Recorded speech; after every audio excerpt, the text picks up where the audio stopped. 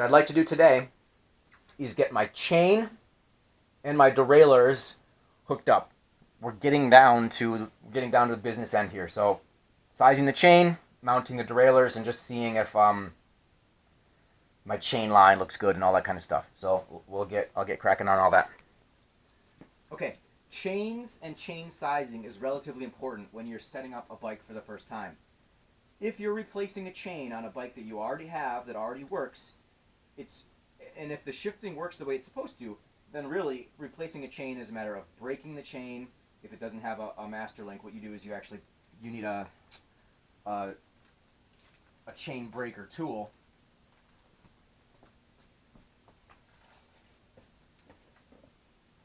There's all these specialized tools in cycling, but you need a chain breaker tool, which basically has this little like rivet pusher pin, and all you have to do is wind it out, put one of the appropriate length in, and all you do is you pop out one of the little rivets that holds they're called pins, I guess, chain pins, but they hold the inner and the outer plate together. You punch that out and your chain is broken. Nowadays, a lot of chains have what's called a master link or a power link, or essentially a removable link that on the 7, 8, and 9 speed ones are reusable. I think that the general idea is that on a 10 speed you're only supposed to use these type of things one time, one use, and then when you break it you just replace it.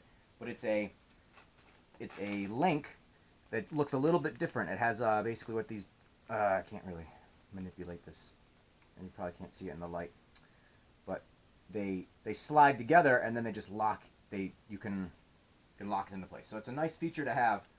And nowadays, if you're building a bike from scratch or you're replacing a chain, pretty much everyone is putting on some kind of a master link.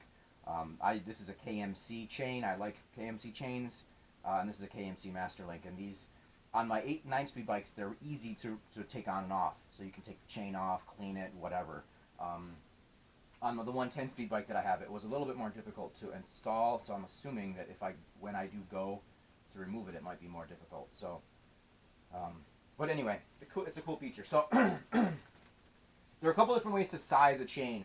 Because I'm running a road triple, what I'm going to do to size my chain is, even without having derailleurs in place at all, what I want to do is to make sure that the chain has enough wrap to go from a gearing that I would never use functionally on the road, which is to go from my big gear in the front to my largest cog in the back. So I need to have a chain that can handle the wrap of a 48 in front and a 36 in back. Okay, so that's what I'm going to do. It's going to be a weird chain line. Again, that's why you don't run that gear in real life, but that's the idea. If the chain can wrap that, and you're supposed to have one link of overlap. So if you can have that much wrap, then once the derailleurs are installed and the chain is run through its proper routing, that should be basically the perfect length. I'm just going to stick my little master link pieces there so I don't lose them. And now I'm going to pull out the 10-speed chain. I got this on eBay also. I think this is 116 links, but it should have enough.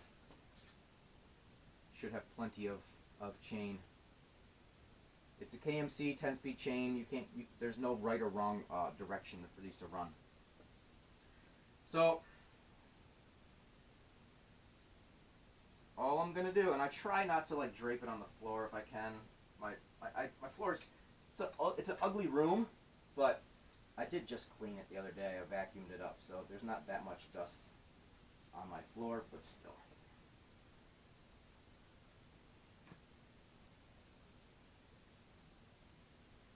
And immediately what you'll notice is that the chain doesn't want to stay. It doesn't want to stay in this arrangement because it's a nasty chain line. Chain line meaning there's quite an angle. You can't see it from where you are, but there's quite an angle now from the chain being pulled this direction. It's as it leaves this top gear, it's angled quite a bit inwards towards this inner cog, which is again why you wouldn't really run this gear in real life. It's called basically like cross chaining. You're putting a lot of stress, horizontal or angular stress on the links of the chain. But as you can see, I've got plenty I don't have plenty. I have a few extra links. What I'm really doing, I'm going to have the master link. So on one end you have the master link there, and then the other end the master link will come in on this side. So now let me recheck this. So this would be an outer plate. So I'm going to want to cut the chain at leaving an inner plate, and that will be this one right here. So I'm going to break the chain right at this spot so that when I break it, this will be the outer, and it'll match up with that. That's exactly right. So this is 1, 2, 3, 4, 5. It's the fifth rivet hole in. It's the fifth rivet hole in. This is my chain breaker tool. I'm just switching the pin breaker because this has two different pin breakers. This is I'm putting on the 10-speed size. The other one I had in here is the alternate for the 8 and 9-speed chains. I don't think it matters that much. I really don't. But if you can avoid errors, it's always best, I guess. So the way this works is, let me just get this threaded.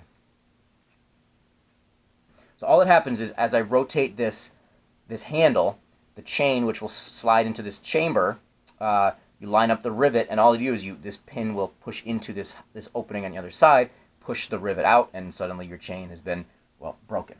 All right, that's all there is to it. So now I was going to do my 5th rivet in, leaving an inner plate because my master link will be an outer plate.